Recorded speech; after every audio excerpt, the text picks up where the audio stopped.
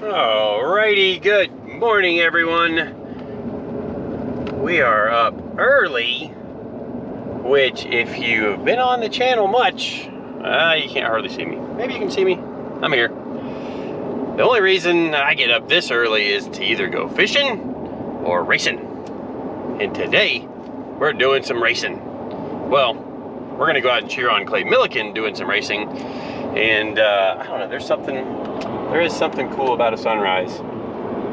Definitely something cool about a sunrise, but today starts daylight savings time, which, you know, we lose an hour. I don't know, what do you guys think about all that? But like, as a dad with kids that they don't quite understand the whole time change thing, I don't really understand the whole time change thing, but we do it anyway, so whatever we do that for. We're up early, there's already traffic. I'm gonna take a little shortcut because I know a way around this initial bit of traffic right here. Shoo, we are already backing it up early for the Gator Nationals at Gainesville Raceway. Let's go get to the track. Let's go hang out with Clay Millican. It's gonna be a good day. See you guys in a second.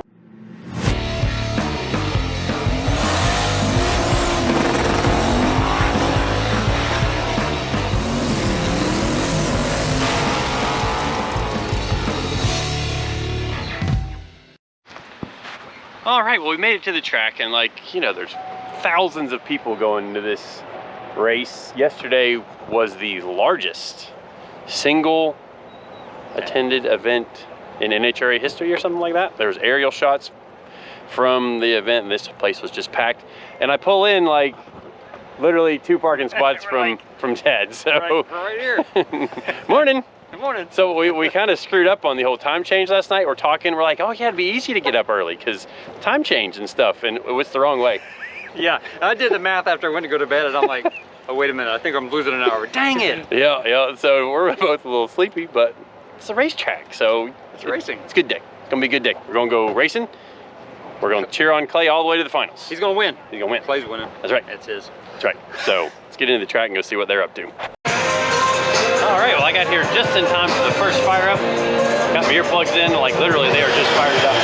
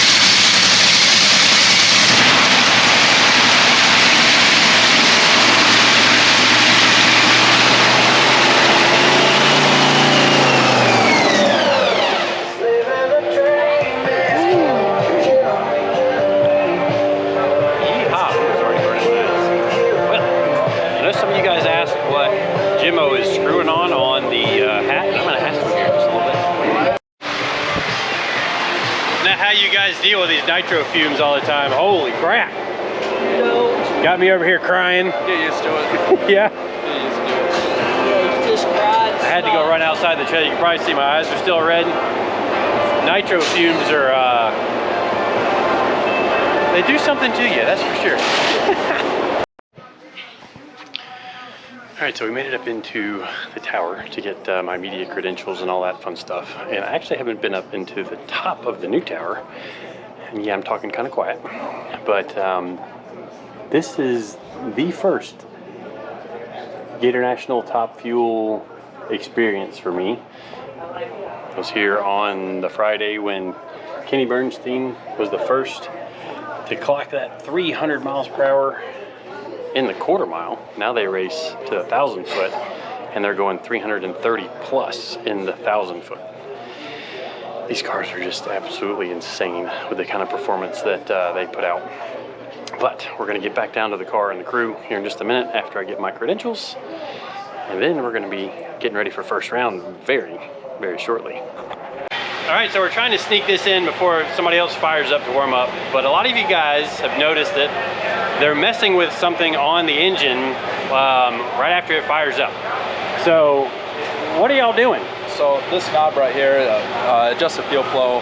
You can see on the dash right there whenever you turn it on. So fuel per gallon, that's how many fuel, you know, it's going into the engine. And Jimmo's looking at that while he's adjusting. We do it about 3.6 to 4.2.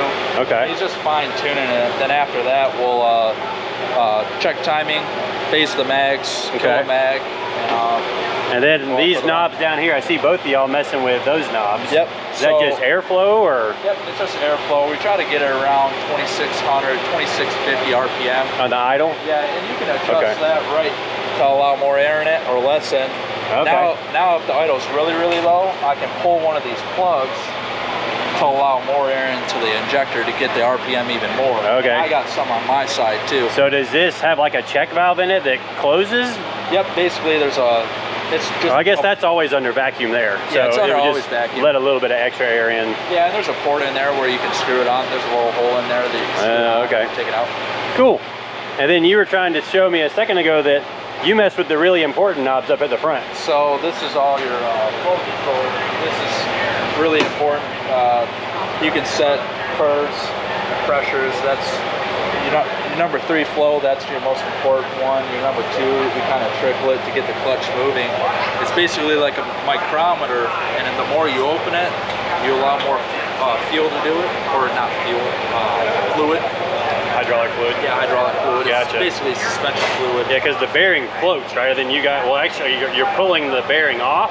Yeah. To let the clutch lock up. Yep. So it's stripping the clutch. You have 12 lock up, 6 primaries, and that's pushing the bearing. And you can open that thing up to allow more or less fluid in it, and you can speed it up through the command module. That's your brains of the operation. Just like your car, you have your computer. That's just like how it is on here. So.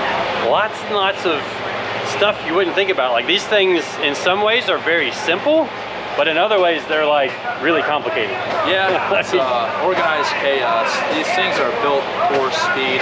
We can tear apart the motor in 45 minutes, fire up, you know, in that time. So. Gotcha. Cool. Well, Clay's up at driver intros and getting ready to go up for first round.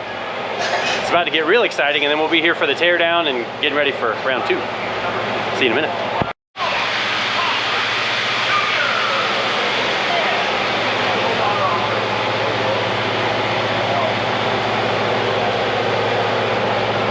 EGTs just like what we run on our car.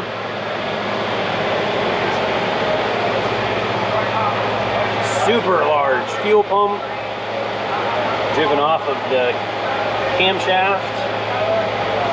Like just all of that down there, all the little different bypasses and flows into the fuel lines. Big burn down box, so where the valve covers vent. And one of the things I wanted to show you guys, but you can't tell from here, maybe you can.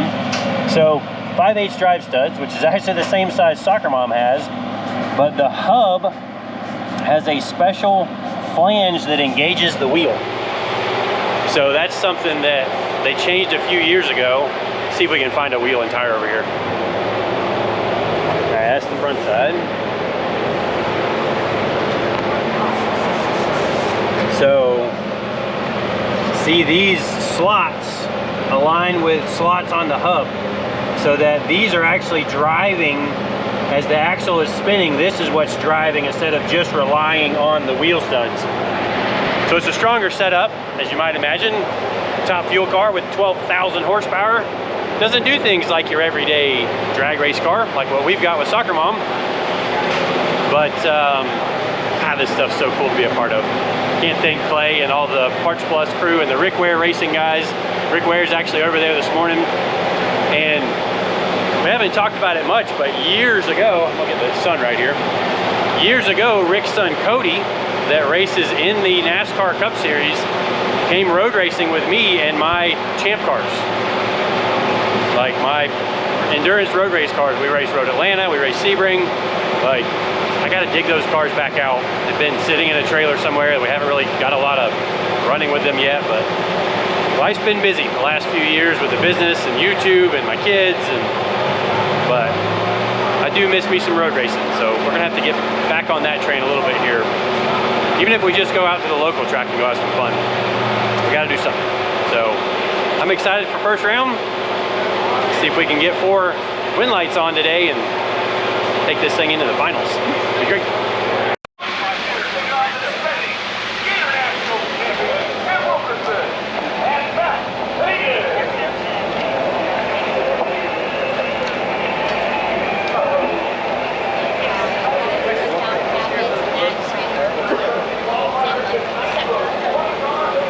Time to go for first round.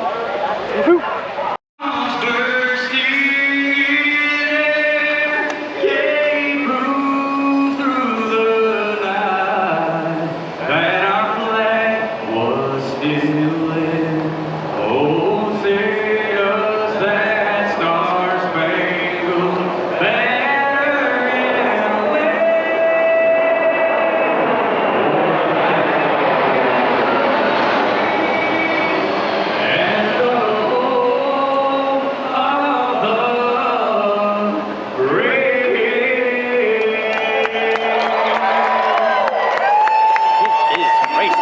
Let's go.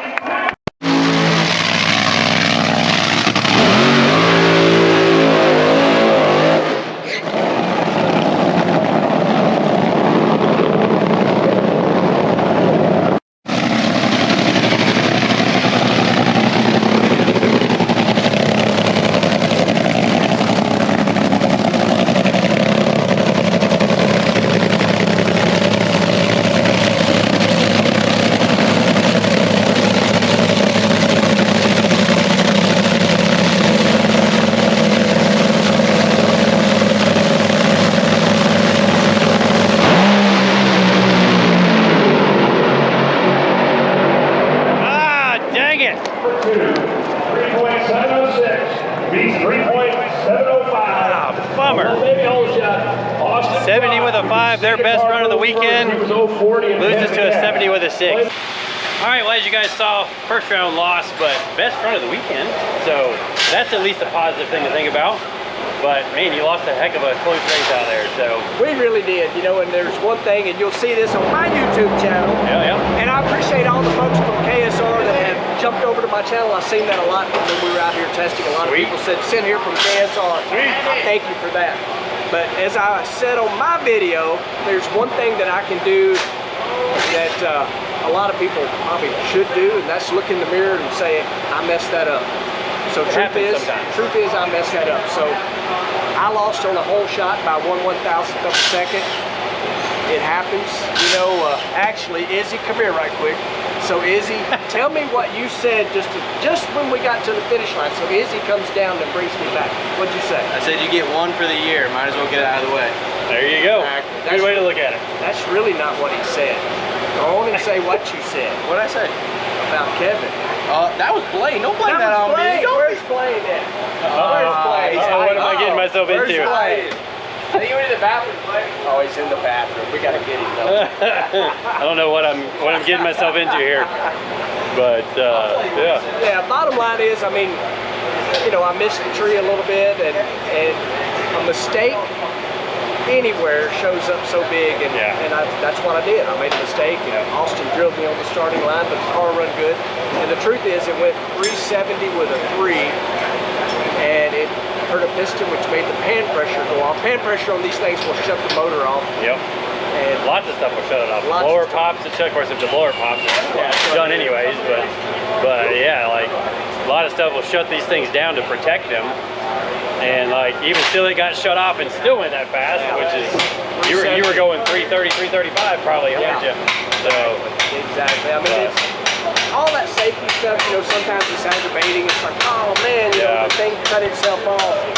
But the truth is, you don't want to oil the racetrack. You don't want to oil under the tires. At the end of the day, it's a good thing. But at the same time, sometimes it's frustrating. I love my driver no matter what. There you go. Well, what a lot of people may not think about with, there's a side of what these guys do that's entertainment. And like, you know, regarding the oil downs and stuff like that, if every car's oiling the track down and the tractors are making more laps than the race cars are, well, who wants to come watch that? Like, tractor racing is not that exciting. I mean, I think they do have lawnmower races and stuff, but everybody's coming to see these things go 330 plus miles an hour. Not watch tractors. Yeah, not watch everybody clean up the track and all that stuff. So. And I want to say real quick, you know, Jimbo, that was my crew chief, in case y'all don't know. You know, comes out here and gives me a kiss. That's pretty cool, you know, because I've had crew chiefs that are immediately mad at you when you make a mistake like that. It happens, but you know, around here we definitely win and lose as a team. So that's awesome. Like it's been awesome that y'all let me come hang around. I definitely appreciate all that. And this stuff is like boyhood dream for me to hang out with some of these things and get up close and personal with, you know, Clay and some of the other people on the team and the cars. And if you saw my other video, I got to sit in the thing, which was really cool. So one day we'll see if we can maybe ride back from the top end when it's coming back from a run or something like that. Gotta do that. We gotta do that'll be fun. So what is, we got Blaine back now, so. Hey Blaine, come here for a second. I hear you. Come right over here. Come right on over here. Put you on the spot. 300,000 subs or whatever it is now. What'd you say down there? I said Kevin's not allowed to come to the race. Oh no, come on now. Hey, last year, red light. This year, late.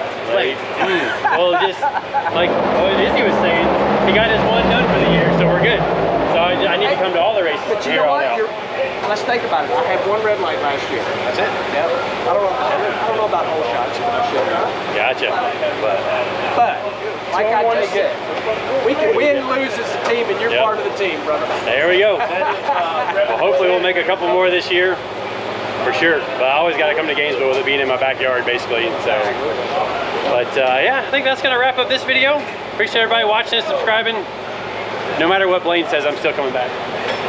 So, y'all go check out Clay's channel if you haven't seen Clay's channel, and we'll see you guys next time.